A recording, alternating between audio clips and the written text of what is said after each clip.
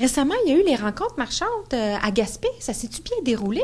Oui, vraiment très, très bien. Écoute, on a eu en tout cas, environ 200 personnes qui ont participé aux rencontres marchandes Gaspésie gourmande. Donc, on avait 30 kiosques, 30 entreprises de production, de transformation qui étaient là pour faire découvrir, goûter et on voulait qu'il y ait des ventes qui se fassent à cette journée-là. Puis, on a eu presque 130 visiteurs, donc des acheteurs de l'hôtellerie, de la restauration, commerce de détail, des partenaires de l'industrie. Donc, un beau rassemblement bioalimentaire. Pourquoi vous avez étalé l'événement sur 2 jours? Bien, en fait, on a voulu concentrer la portion salon parce que c'était notre 4e édition. Puis on le faisait du matin jusqu'à l'après-midi. Puis dans l'après-midi, on sentait que ça s'essoufflait un peu. Bien, pas que ça s'essoufflait, mais que les gens avaient fait le tour. En 4 heures, tu as fait le tour du salon. Donc on s'est dit, bien, on va faire ça de 1h à 17h. Ça a permis à nos producteurs d'arriver le matin tranquillement, de s'installer. Donc c'était une formule gagnante. Ça nous permettait de placer ensuite, de passer au 5 à 7. Ensuite, on a fait un souper, ce qui était une nouveauté cette année, parce qu'on n'avait pas ça avant. Puis souvent, dans les salons auxquels on va assister, on voit qu'il y a une portion conférence. Puis l'année passée, on avait essayé de la faire en même temps que le salon, puis c'est comme trop en même temps.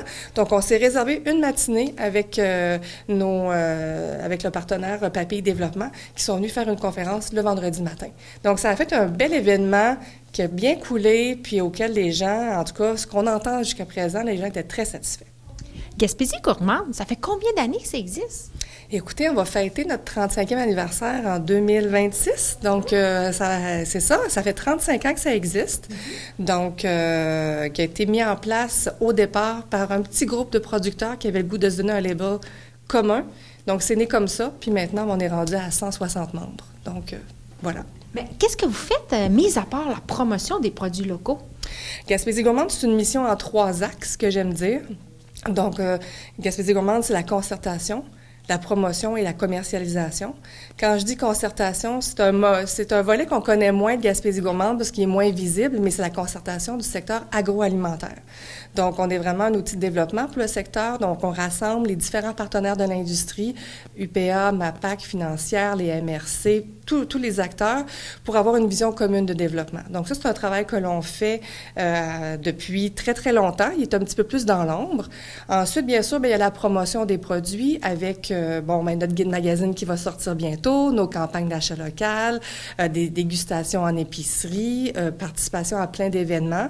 Et puis, il y a le volet commercialisation. Dans le fond, les rencontres marchandes, c'est notre volet commercialisation où on veut faire en sorte que des acheteurs et des entreprises de production et de transformation se rencontrent et brassent des affaires ensemble. On a aussi un catalogue de produits qu'on a d'ailleurs lancé aux rencontres marchandes qui permettent aux acheteurs d'avoir une liste de produits très claire de voici par catégorie de produits ce que vous pouvez vous procurer pour mettre sur vos tablettes et mettre sur à vos menus. On a des rencontres personnalisées d'acheteurs qui vont se faire au courant des prochaines semaines. On a notre collègue à la commercialisation qui va partir sa route avec le catalogue dans les mains pour aller le présenter. Donc, grosso modo, je te brosse un portrait très rapide, là, mais le but, c'est de faire rayonner l'industrie, c'est de faire rayonner nos entreprises, c'est de contribuer au développement de l'industrie bioalimentaire en Gaspésie. Donc, c'est le mandat qu'a Gaspésie gourmande. Récemment, vous avez créé un nouveau prix reconnaissance. Oui, tout à fait. Pour ceux qui l'ont peut-être vu passer dans les dernières années, on a le prix de l'excellence Gaspésie gourmande et le prix Paul Haché, qui est 2 prix qu'on remet toujours au lancement de la saison touristique et gourmande que l'on fait en collaboration avec Tourisme Gaspésie. Cette année, on a ajouté un partenaire, le Culture Gaspésie, qui va être avec nous. Puis, dans l'évolution de la réflexion, le conseil d'administration, on s'est rendu compte qu'il y a des gens qu'on voulait honorer, mais que le prix de l'excellence, c'était pas ça. L'objectif, c'était pas approprié parce qu'on voulait reconnaître l'excellence d'une entreprise. Donc, on a fait un petit changement au niveau de notre prix de l'excellence. Maintenant, on le donne plus à une personne parce que une entreprise, c'est souvent l'histoire d'une seule personne. C'est un groupe, c'est une équipe. Donc, c'est pour ça que là, on va le remettre à une entreprise cette année.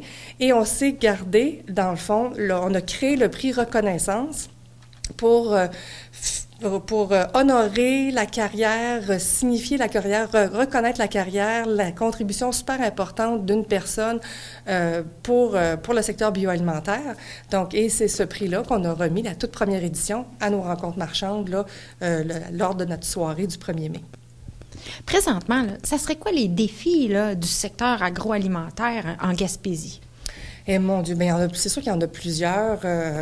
Bon, l'inflation, c'est sûr que ça touche pas juste le portefeuille des consommateurs, ça touche les intrants que les entreprises vont acheter pour, soit pour leur production, leur transformation.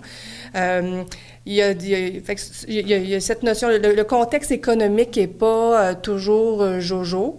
Bon, avec notre partenaire du Sud qui fait un petit peu, qui fait un peu des siennes. Les conditions climatiques, c'est pas évident. On a beaucoup d'entreprises l'agriculture, ça dépend des conditions climatiques. Donc, c'est pas toujours évident de ce côté-là.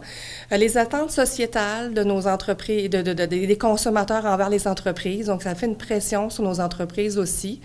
Mais il y a des belles choses aussi, il y a des belles opportunités. Tu sais, je pense que cet été, on va avoir une super belle saison touristique. On attend beaucoup de gens, fait que les gens sont en train de se préparer. C'est d'ailleurs une des thématiques de la conférence qu'on a eue la semaine dernière sur comment se préparer à l'été qui s'en vient.